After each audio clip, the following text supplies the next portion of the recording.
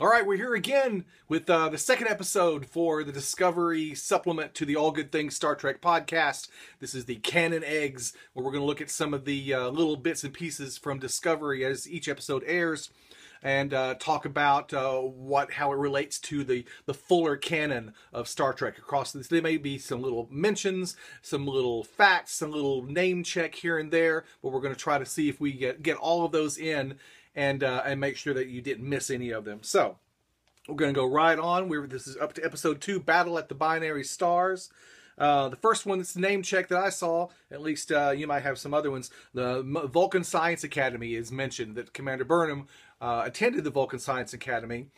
We know that from TOS, from the very early days of Spock and Sarek's relationship, that Sarek wanted Spock to go to this Vulcan Science Academy and become a scientist and continue in his footsteps, maybe become an ambassador. But of course, Spock chose to go to Starfleet.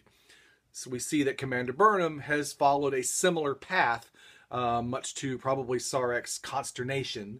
But anyway, it's mentioned again that this institute exists in Star Trek canon, and it will be referred to, I'm sure, in the future again. Of course, we also see another mention of the Klingon High Council. The Klingon High Council was mentioned all throughout Star Trek The Next Generation. We saw lots of Klingon politics through Worf's family, Picard being the arbiter of succession for Gowron, all those kind of things. We saw lots of things about the Klingon High Council. It gets another name check here. Apparently there are 24 members of the council, a representative of each of the 24 great houses of the Klingon Empire. So that gets a mention here. So it's good to know that as odd and as different as the Klingons may be in this new series of Star Trek, at least they're keeping a lot of the internal politics of the Empire consistent. So that's good.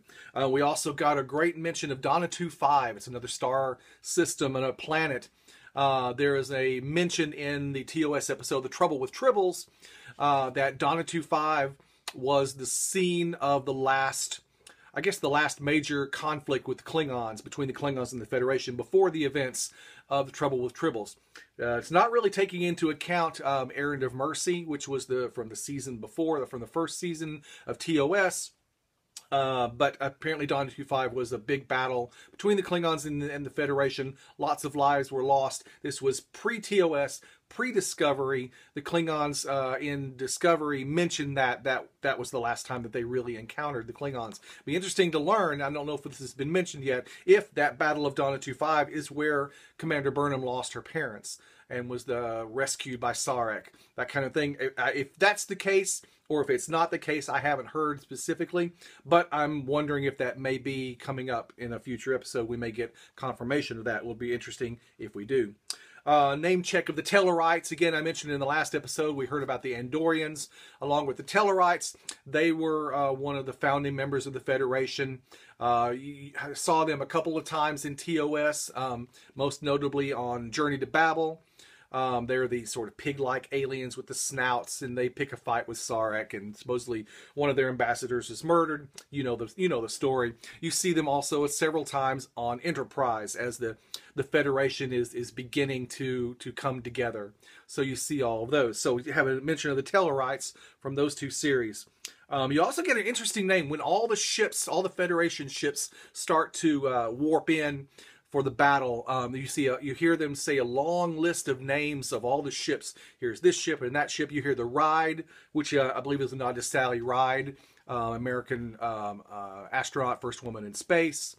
You also hear Yeager, which is Chuck Yeager, and several other ones with fairly familiar names. But you hear the Taplana Hoth, which is, I'm assuming that's the name given to a Starfleet ship in this timeline. But the Taplana Hoth was the Vulcan ship that landed on Earth and initiated first contact with Earth and Zefram Cochrane in First Contact. The ship itself was not named in the movie Star Trek First Contact, but subsequent sources have named that ship. That's the Taplana Hoth. It's also named after actually a Vulcan female who was mentioned in Star Trek IV, The Voyage Home, is one of the questions that the computer asks Spock. So we get several mentions of this particular female or this particular name, and we get another name check for that in one of the ships that comes to assist the Shenzhou there in the Battle of the Binary Stars.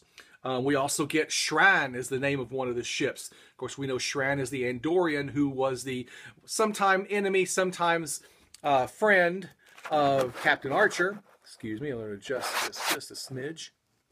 Sometime friend, sometime enemy, Captain Archer. During the Enterprise, he's played by Jeffrey Combs, who also played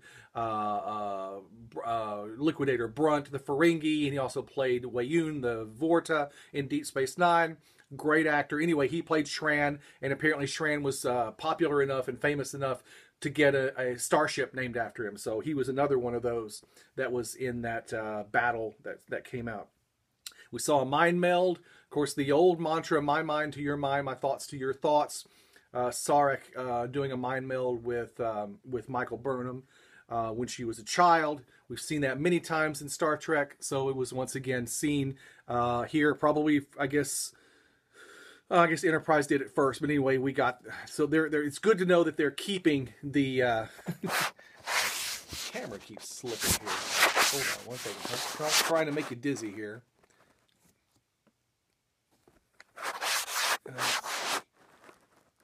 That's just going to have to do for now.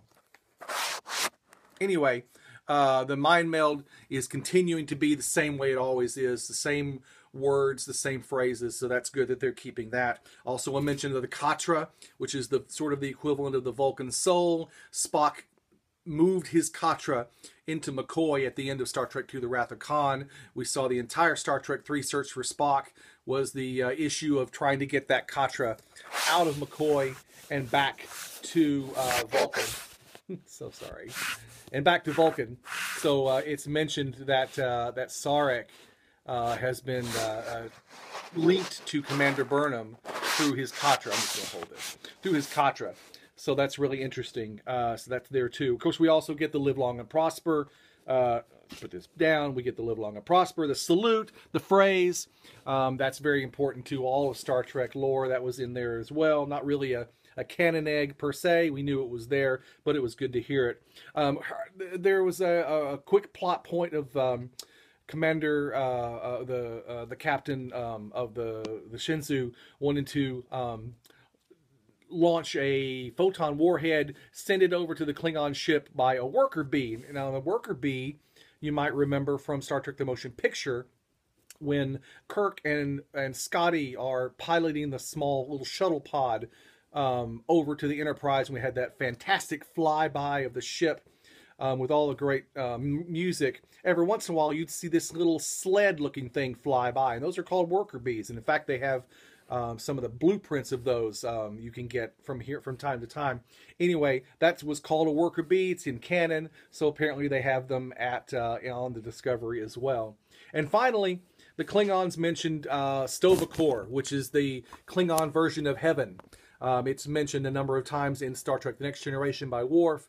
I believe B'Elanna refers to it a number of times in Voyager, when the episodes of Barge of the Dead, there's all kinds of Klingon lore around Sto-vo-kor. So it's good that with all the emphasis on the Klingon culture that the Discovery is going to have, I'm sure there's going to be a lot more of that, and it's good to see that it's being kept correct and in line with the canon. So that's it for episode 2, the Battle at the Binary Stars. We'll be back next week with episode 3, and be on the lookout for a new edition of the All Good Things Star Trek podcast. Don't forget allgoodthings.podbean.com. You can go to agtpod at gmail.com as their email address. AGTpod is on Facebook and Twitter. We'll see you next time.